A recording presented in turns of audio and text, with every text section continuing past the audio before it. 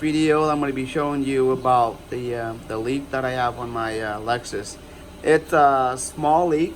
I think it's leaking oil between the transmissions and the engine. The seal is leaking. And I asked around to see how much it would cost to just replace the seal. And some of the mechanics said it costs about $500 and it could be more.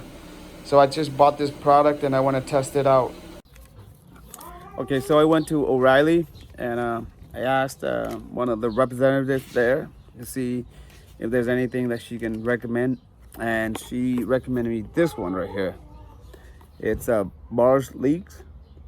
It says right here is like most rear main seal leaks are caused by a combination of normal wear in the crankshaft and seal and the drying, hardening, and shrinking of the main seal. Bar leaks heavy duty rear main seal repair restores the seal to like new condition and also contains additives to stop leaks in severely worn seals and crankshaft. Okay.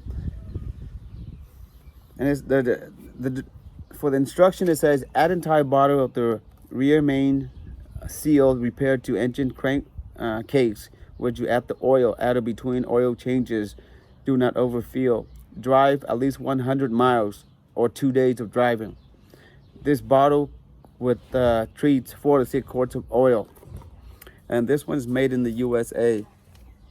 So I just added into my car, the Lexus RX330. So I'm gonna drive it, and I'm gonna wait until 200 miles, and hopefully the leak will stop. Because right now I'm not sure when the leak started, but I'm not sure if it was even synthetic oil that I used, because before I didn't have any leaks. And then after I changed it to synthetic, and then I started to noticing the leaks.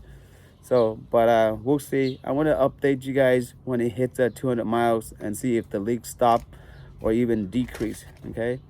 Thank you for watching. Until next time, take care.